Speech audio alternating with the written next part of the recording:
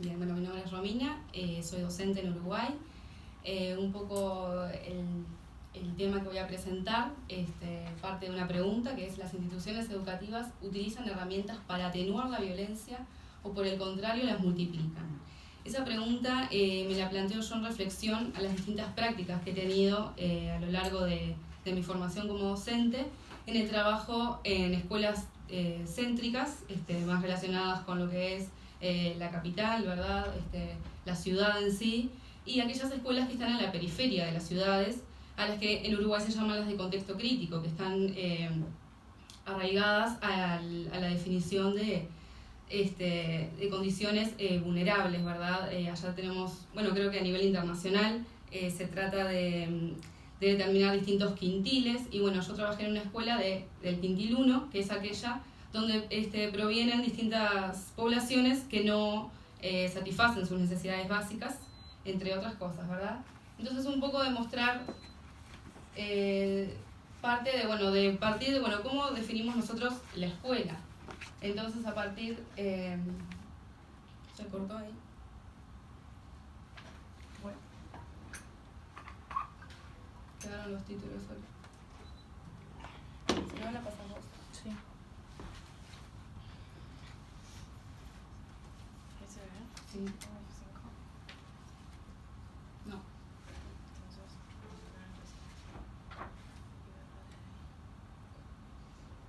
Si no lo voy diciendo, no importa. No, pero dejamos así si querés. Bueno, sí.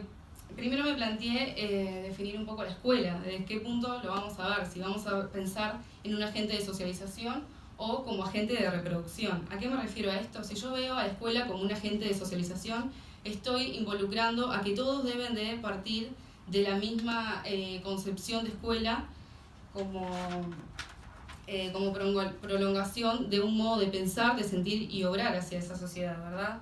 Entonces es también una manera de concebir el mundo, pero una forma única. Sin embargo, si yo lo veo desde un agente de reproducción, lo veo desde una mirada más conflictiva, ¿verdad? O sea, yo estoy por un lado diciendo que la escuela me va a permitir, si yo concibo el mundo de una manera, llegar a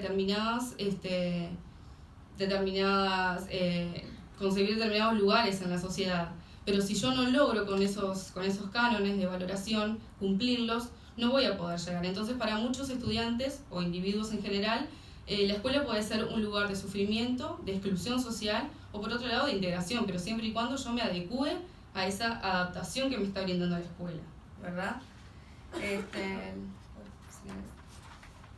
Entonces pasamos un poco a lo que vendría a ser la hegemonía cultural, ¿verdad? Aquel saber legitimado, aquel saber que está impuesto, y a lo que yo llamo, y en eso también confirmé mi pregunta, a la violencia simbólica, aquella capacidad de imponer los significados, ¿verdad? De algo que está impuesto, que viene de antes, que no está conceptualizando al niño, que no lo está poniendo en su lugar como individuo que también aprende por sí mismo y también trae sus conocimientos y sus experiencias. Entonces, como yo me baso justamente en la diferencia que hay entre aquellas escuelas céntricas en las que estuve y en las escuelas de contexto crítico, veo lo que denominamos mucho en Uruguay, la brecha educativa. Es decir, bueno, en escuelas céntricas donde muchas de las satisfacciones básicas son justamente satisfechas, veo que en las condiciones vulnerables siempre se atiende a aquello que no tiene que ver con el saber o con el poder ser una persona reflexiva. Es decir, siempre lo que se ha dado, o lo que yo pude observar y a lo que voy en mi reflexión, es que siempre se apunta en que en los contextos críticos lo que más se valore del niño es aquello que tenga que ver con la puntualidad, con el ayudar, con el hacer, determinando, lo que vendría a ser la división del trabajo, siempre con esa mirada de la educación de para qué sirve. ¿Para qué voy a necesitar educar a este niño de esta escuela? Si no va a poder llegar a la universidad o no va a poder superar distintos obstáculos que se les vaya presentando en ese porvenir que le brinda la educación, ¿verdad? Y por eso justamente cito a Bourdieu y a Passerón, diciendo que toda acción pedagógica es objetivamente una violencia simbólica, en tanto que imposición por un poder arbitrario de una arbitrariedad cultural, ¿verdad? Y bueno, y eso es lo que les contaba justamente de las escuelas de contexto crítico, de la relación que hay entre el poder y economía, o sea, el para qué es lo que apunto en esa escuela yo. Y justamente vemos esa diferencia, de que siempre en las escuelas donde los niños provienen de padres o madres cualificadas y profesionales, siempre se ve esa diferencia, que aquello sí se le apunta a la reflexión, a la ciencia, a los conceptos más académicos, mientras que en las escuelas de contexto crítico siempre está esa condición y ese condicionamiento que le damos a esa población de, bueno, nació en un contexto así, va a terminar en ese contexto. Y por eso cito justamente la reproducción social que es trabajada por Bourdieu, ¿verdad? Y al mismo tiempo, citando a Apple, él habla de lo que se llama conocimiento abierto y conocimiento encubierto, o sea, aquello que se presenta como algo que está naturalizado, como distintos ejemplos que podemos ir brindando, podemos ver en la escuela, como por ejemplo el castigo y el premio, la naturalización de que, bueno, para ser bueno y para ser un buen estudiante necesito sacrificarme y tener esfuerzo y llegar a eso. O muchas veces se hace la concepción de que, bueno, como nacimos, como hay personas que nacen en lugares vulnerables, bueno, no pueden aprender por esa condición que tienen. Y bueno, y justamente lo que surge mucho y que yo he visto en contextos críticos es el uso de las etiquetas, aquellas etiquetas de desviación. Siempre se trata, desde el lado institucional, tratar de llegar a ese niño como que algo hay que hacer con él, porque su condición no le va a permitir adecuarse a ese mundo que propone la escuela, ¿verdad? A eso institucionalizado, a aquel saber legitimado, ¿sí? Entonces, bueno, algo tengo que hacer, pero ese hacer no atiende a la necesidad del niño, sino que atiende y se trata de acoplar a lo que la escuela quiere que ese niño tenga que hacer. Entonces ahí no le estamos dando la posibilidad de poder profundizar en sus habilidades, en sus capacidades y en sus potencialidades, ¿sí? Y bueno, y aquí traigo a Freire también, y dice: sería más que una ilusión que los oprimidos pudieran esperar que las élites de poder estimulasen un tipo de educación que las desenmascaren, más todavía de lo que ya lo hacen las contradicciones sociales en que se encuentran envueltas. Y justamente aquí otra vez vuelvo a la violencia simbólica, es algo que está naturalizado, distintas prácticas que son, bueno, causa de la relación que hay con los individuos que participan de esa institución, pero no como esa institución que dice, bueno, hay distintos caminos y tú eliges. No, siempre está instituido. Nosotros entramos a una institución, y sobre todo en el caso de la escuela, donde, bueno, los niños tienen que adecuarse siempre y no pensar en la escuela como lugar que la escuela debe adecuarse a esos niños a los que recibe. Y bueno, y planteo algunas alternativas, ¿verdad? Y lo que Chomsky habla sobre técnicas de autodefensa y un poco haciéndole la crítica a la escuela de que, bueno, si realmente la escuela nos prepara para poder tener un modo de concebir el mundo, de participar en sociedad activamente y demás, me debería de dar esas herramientas donde yo pueda elegir y decidir qué es lo que quiero hacer, ¿verdad? Entonces justamente siempre está esa lucha constante de las personas para poner en cuestión sus condiciones presentes, de modo que ética, política, económica y educativamente puedan actuar de manera más responsable. O sea, eso en realidad no se estaría dando, o sea, si fuera así. Y por otro lado, investigar acerca de cuestiones ideológicas. Bueno, ¿por qué aprendemos determinados conocimientos y no otros? ¿Por qué, por ejemplo, en el caso de contextos críticos, si lo que más demarca su situación es el tema económico, la economía, ¿por qué esos niños no reciben, por ejemplo, una educación financiera? ¿Por qué no los ayudan a estar dentro de ese sistema capitalista, si bien es el que está en el cual todos estamos inmersos? Bueno, todos deberíamos también acceder a ese conocimiento, ¿verdad? Y bueno, y el maestro Julio Castro, que es un referente en Uruguay, habla sobre la verdad de saber y verdad de creer.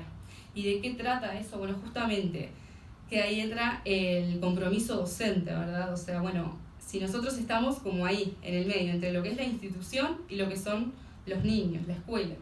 Y bueno, ¿y qué responsabilidades tenemos nosotros? Sí, tenemos la responsabilidad de la verdad del saber.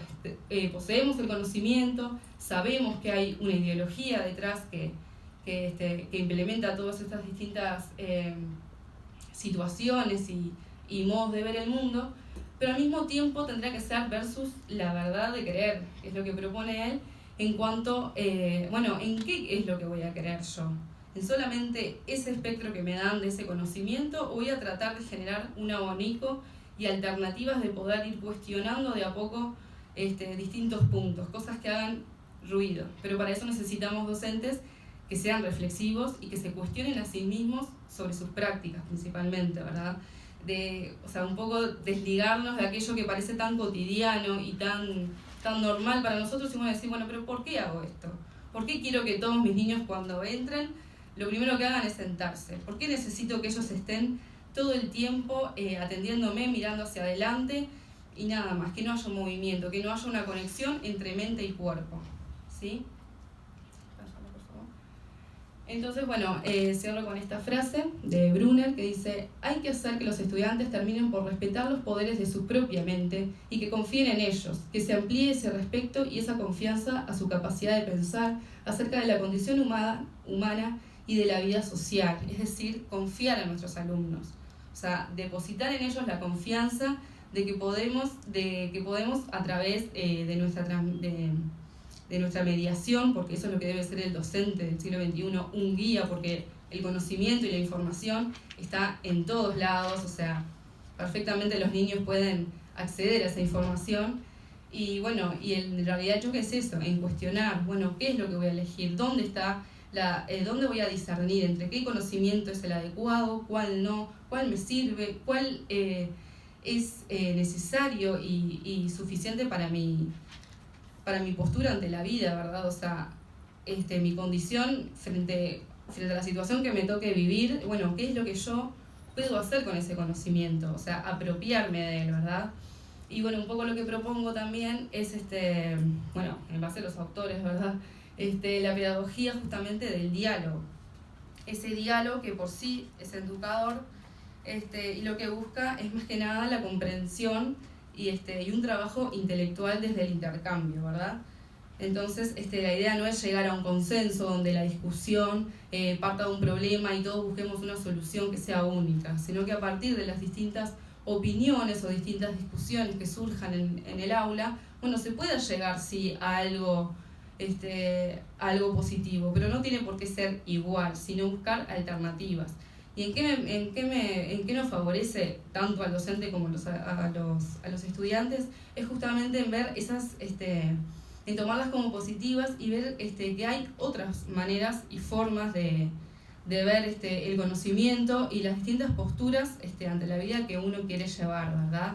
Y justamente también en cuanto a las escuelas de contexto crítico, tratar de ver eso como una posibilidad de cambiar su proyecto de vida, de no creer y estigmatizarse de que porque nació en ese lugar va a morir en ese lugar. No, poder hacer lo que también Marx nombraba, que era esa lucha de clases, de poder emanciparme de eso y poder salir de esa opresión y superarme también. Y además también justamente esa posición de educación en el diálogo, lo que me permite también es tener modelos mentales flexibles, pero justamente para tener esos modelos mentales flexibles tengo que estar dispuesto a cambiar los míos y a tener un conocimiento más profundo de eso, ¿verdad? Y poder contribuir justamente a nutrirse entre los compañeros, o sea, que el conocimiento esté entre ellos, ¿verdad? Que ellos lo puedan también construir, pero no construir desde un saber legitimado, sino construirlo justamente de esa discusión, de buscar esas alternativas, ¿verdad? Y justamente lograr esa combinación de ciudadanía, libertad y creatividad individual, ¿sí? Para crear justamente también lo que serían los seres humanos libres, ¿verdad? Y así poder también empezar a querer en esa democracia real, ¿no? No una democracia preestablecida que me está diciendo cómo me tengo que comportar, sino a partir de, ellos no conocen lo que es la democracia, ellos la empiezan a construir, ¿sí? Muchas gracias.